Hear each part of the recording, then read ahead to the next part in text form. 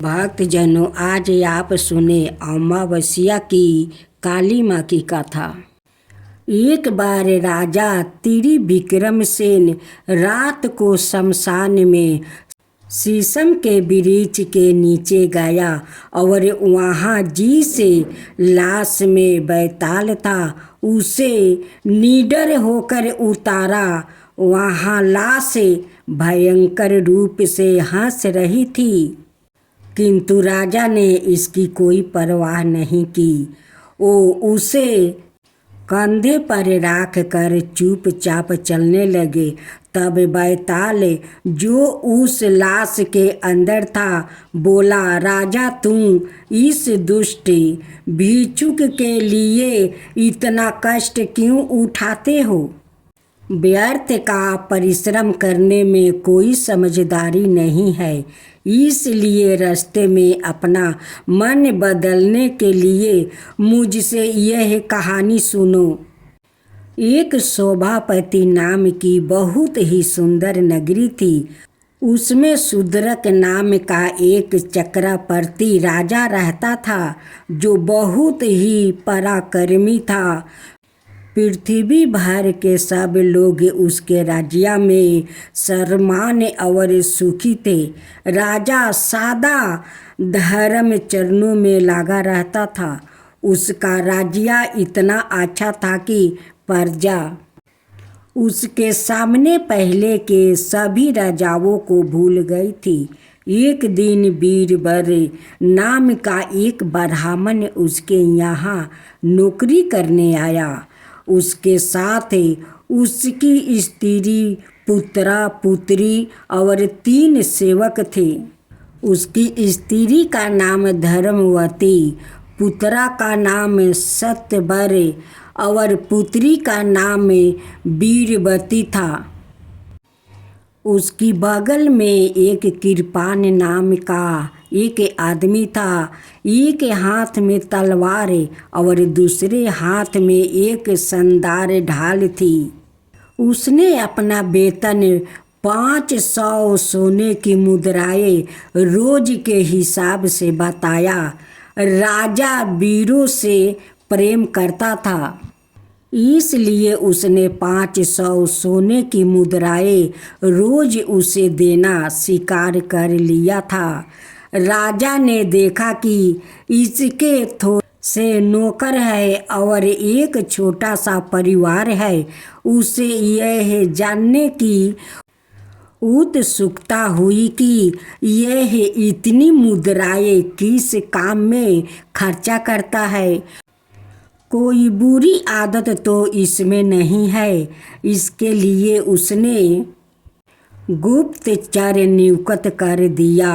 उन्होंने देखा कि वो प्रातः काल रोज राजा से मिलने जाता है, दोपहर को हाथ में तलवार लेकर महल का बाहर पहरा देता है, फिर घर जाता है।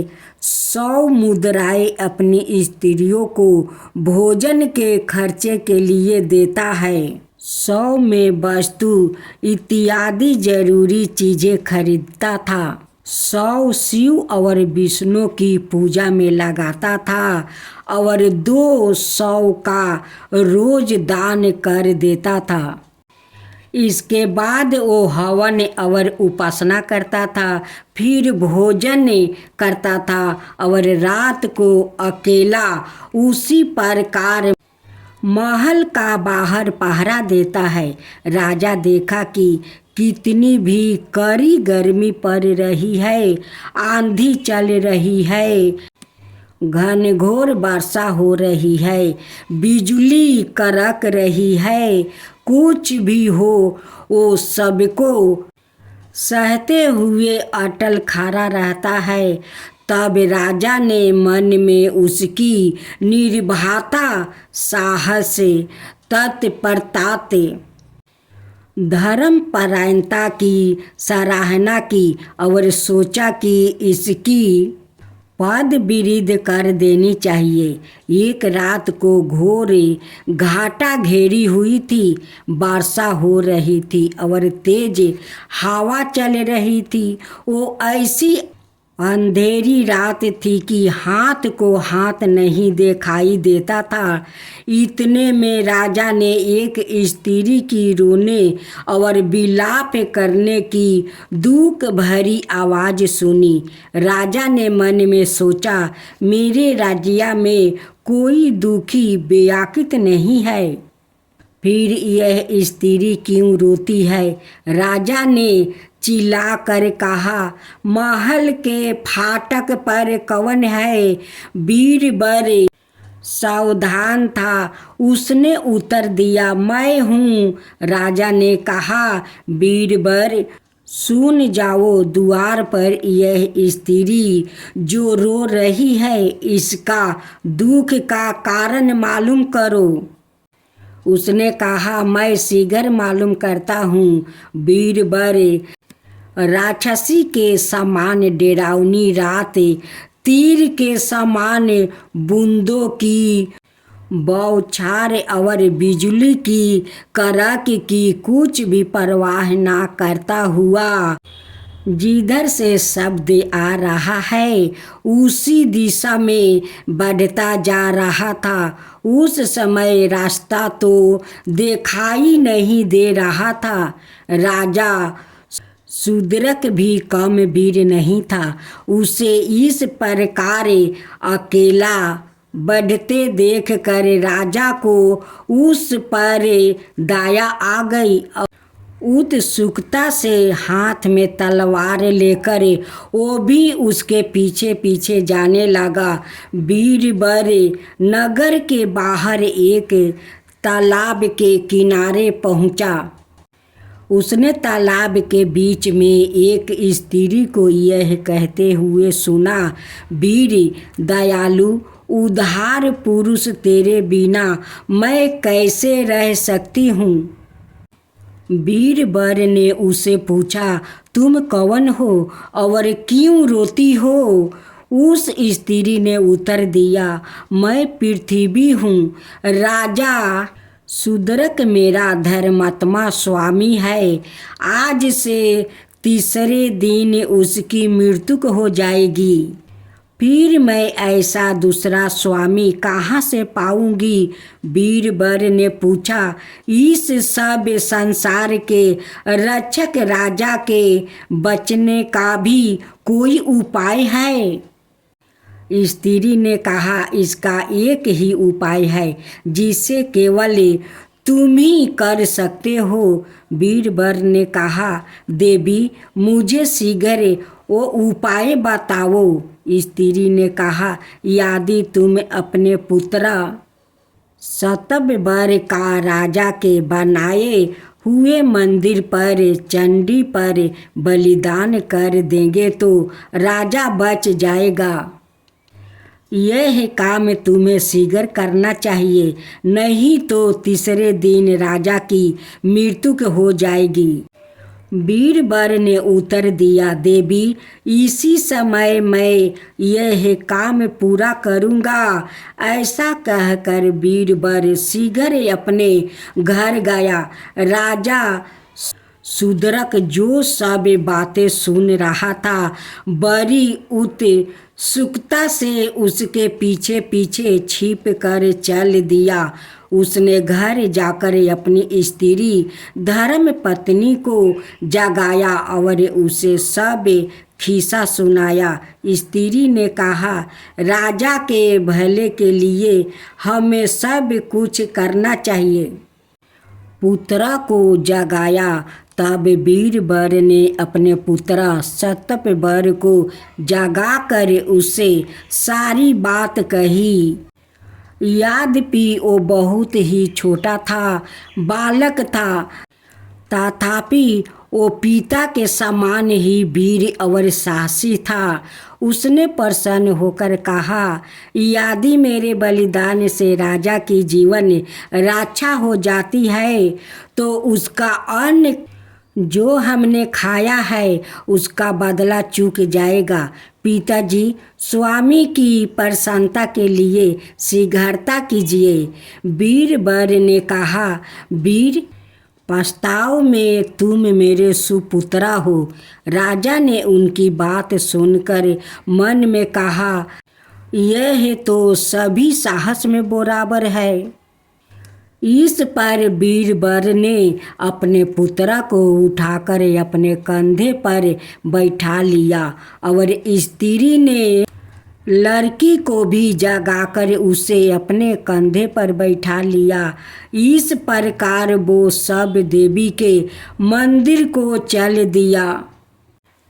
मंदिर में पहुंचने पर सतबबर ने कंधे पर से उतरकर चंडी काली को नमस्कार किया और प्रार्थना की, हे देवी, मेरे बलिदान से राजा शूद्रक की जीवन रक्षा हो। ओ 100 बरस और निर्विघ्न राज्य करे। इस पर बीरबल ने चिल्लाकर कहा, वीर, और अपनी तलवार से उसका सिर काट कर चंडी काली पर चढ़ा दीजिए। उसी समय आकाशवाणी हुई, बीरबल, तुम्हारे समान वीर और स्वामी भक्त होना बहुत कठिन है। तुमने जो अपने पवित्र पुत्रा का बलिदान किया है, उसमें राजा को जीवन और राज्य दोनों प्राप्ति हो गया है। उनकी पुत्री वीरवती ने रोते हुए अपने भाई के शव का आलिंगन कर लिया। इस असहनीय दुख से उसका हृदय टूट गया और उसने भी व्याकुल होकर अपने प्राण छोड़ दिया। तब स्त्री ने अपने पति से हाथ जोड़कर प्रार्थना की, हम लोगों ने अपना कर्तव्य पूरा कर दिया है। अब पुत्रा और पुत्री के बिना मेरा जीवन बेकार है। हे नाथ, मुझे आज्ञा दीजिए कि मैं चिता में अपने बच्चों के साथ जल मरूं। बीरबल ने कहा, पवित्र स्त्री, यह सत्य है कि अब बच्चों के बिना तुम्हारे जीवन में कोई आनंद नहीं रहा। तुम जैसे ठीक समझो वैसे करो। तब उन्होंने मंदिर के बाहर बार में से लकड़ी लेकर अपने पुत्र और पुत्री की चिता बनाई। धर्मवती ने देवी से प्रार्थना की, हे देवी, मुझे यही वीर पति आगे के जन्म में मिले और हमारे राजा का कल्याण हो। फिर उसने जलती चिता में कूद कर अपने पुत्री और पुत्रा के साथ अपने शरीर को भी भस्म कर दिया। बीरबल सोचने लगा, अब मैं अकेला रह गया हूँ। मैंने अपना कर्तव्य पूरा कर दिया है। जब मेरे सब प्रियजनों का बलिदान हो चुका, तब मुझे इस जीवन से जीवित रहने से क्या लाभ है। उसने मंदिर में चंडी काली के सामने हाथ जोड़कर प्रार्थना की।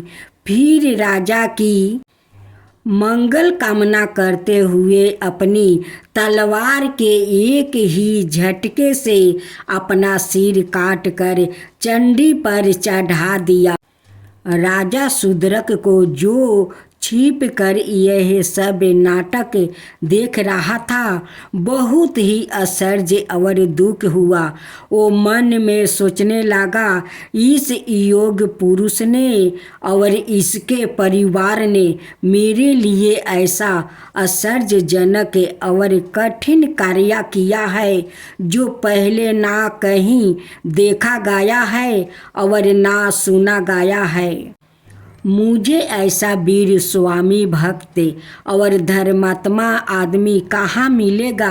यह सोचकर राजा ने अपनी तलवार निकाल ली और चंडी काली के सामने जाकर यह प्रार्थना की, देवी मेरे सिर की भेंट लेकर संतोष हो और मुझे यह वरदान दो कि यह वीर ब्राह्मण और इसका परिवार जिसने मेरे लिए इतना महान बलिदान किया है फिर जीवित हो जाए। जैसे ही यह कहकर राजा अपना सिर काटने को तैयार हुआ, उसी समय यह आकाशवाणी हुई, आवेश में कोई काम मत करो, मैं तुम्हारे साहस से प्रसन्न हूँ। यह ब्राह्मण अपनी स्त्री, पुत्र और पुत्री के साथ फिर जीवित हो जाएगा। यह आकाशवाणी होते ही वीरवर का सारा परिवार फिर जीवित हो गया। किसी के शरीर पर कोई घाव या चोट का चिन्ह नहीं था। उनके शरीर पहले से भी अधिक सुंदर हो गया। उन सबको फिर जीवित होने पर बहुत आश्चर्य हुआ। राजा फिर जल्दी छिप गया कि कोई उसे देख न ले। वो अपनी आँखों में आनंद के आंसू भर कर उन्हें देखने लगा। बीरबल ने अपनी स्त्री और पुत्र से पूछा, तुम सब राख में मिलकर कैसे जीवित हो गया और मैं भी फिर कैसे जीवित हो गया? क्या यह माया है या देवी की कृपा है? उन्होंने कहा, यह देवी की ही कृपा हो सकती है, हमें इसका कुछ भी पता नहीं। बीरबल उस देवी की कृपा ही समझता हुआ सबके साथ अपने घर लौट कर आया। सबको घर पर छोड़कर और उसी समय रात में जाकर फाटक पर पहले की तरह पहरा देने लगा। राजा ने उसे आया हुआ देखकर पूछा, फाटक पर कौन है? बीरबल ने कहा, मैं हूँ। मैं आपकी आज्ञा से उस स्त्री की खोज में गया था, किंतु वो एक राक्षसी की तरह वहाँ से लुप्त हो गई। राजा मन में सोचने लगा, निस्संदेह महान पुरुष सुमित्रा के समान गंभीर होता है। वो अतुलनीय वीरता का काम कर चुकने पर भी उसका अपने मुख से बखान नहीं करते। दूसरे दिन प्रातःकाल जब बीरबल राजा से मिलने दरबार में आया, तब राजा ने मित्रों को और सबको जो रास्ते में घटना घटी थी उसका हाल बताया। इसे सुनकर सबको बहुत आश्चर्य हुआ। राजा ने बीरबल को और उसके पुत्र को लौटा और करेंट की रियासत दे दिया और बीरबल को अपने समान ही शक्तिशाली राजा बना दिया। उनमें आपस में विशेष प्रेम रहा और उन्होंने बहुत समय तक राज किया। बैताल ने यह आश्चर्यजनक कहानी राजा को सुनाकर पूछा, अच्छा राजा, मुझे बताओ कि इनमें सबसे वीर कौन है? यदि तुम जानते हो और नहीं बताते हो तो तुम्हारा सिर टुकड़े टुकड़े हो जाएगा। राजा ने यह सुनकर उत्तर दिया, सुदीर्घ सबसे महान वीर है। बैताल ने कहा, क्या बीरबल उससे बड़ा वीर नहीं? उसके समान पृथ्वी पर कोई वीर नहीं मिल सकता। क्या उसकी स्त्री जिसने अपनी आँखों के सामने अपने पुत्र का बलिदान सहन किया, उसने अधिक वीर नहीं पुत्रा सतबैर जिसने इतना छोटा होते हुए इतना अधिक साहस दिखाया, उसे अधिक वीर नहीं है। तुम राजा शूद्रक को इनसे अधिक वीर क्यों बताते हो? बैताल की बात सुनकर राजा ने उत्तर दिया, ऐसा मत कहो। वीर बड़े ऊंचा कुल का व्याकित था, जिससे सादा यह प्रार्था रही है कि जीवन पुत्रा स्त्री सबको अपने स्वामी की रक्षा के लिए बलिदान कर देना चाहिए। उसकी स्त्री भी ऊंचा कुल की है, वो पतिव्रता है और अपने पति की पूजा करने वाली है। वो अपने पति द्वारा निश्चित किया हुआ मार्ग पर चलना ही अपना मुख्य कर्तव्य समझती है। सतबैर भी उनके समान ही वीर है। सच है, जैसे धागे होते हैं, वस्तु भी वैसे ही उनसे बुना जाता है, किंतु शूद्रक उन सब से बढ़ गया, क्योंकि वो उन सेवकों के लिए अपना बलिदान करने के लिए तैयार हो गया, जिसने जीवन के बलिदान द्वारा राजा लोग अपनी प्राण रक्षा करने के अभ्यस्त होते हैं। वो राजा कितना महान है जो अपनी प्रिय प्रजा के लिए अपने प्राण देने के लिए तैयार हो गया। राजा की यह बात सुनकर बैताल अपनी अलौकिक शक्तियाँ से उसके कंधे को छोड़कर बिना दिखाई दिए अपनी पहली जगह पर पहुँच गया, किंतु रात होने पर दृढ़ प्रतिज्ञा राजा फिर उसे लाने के लिए शमशान को चल दिया।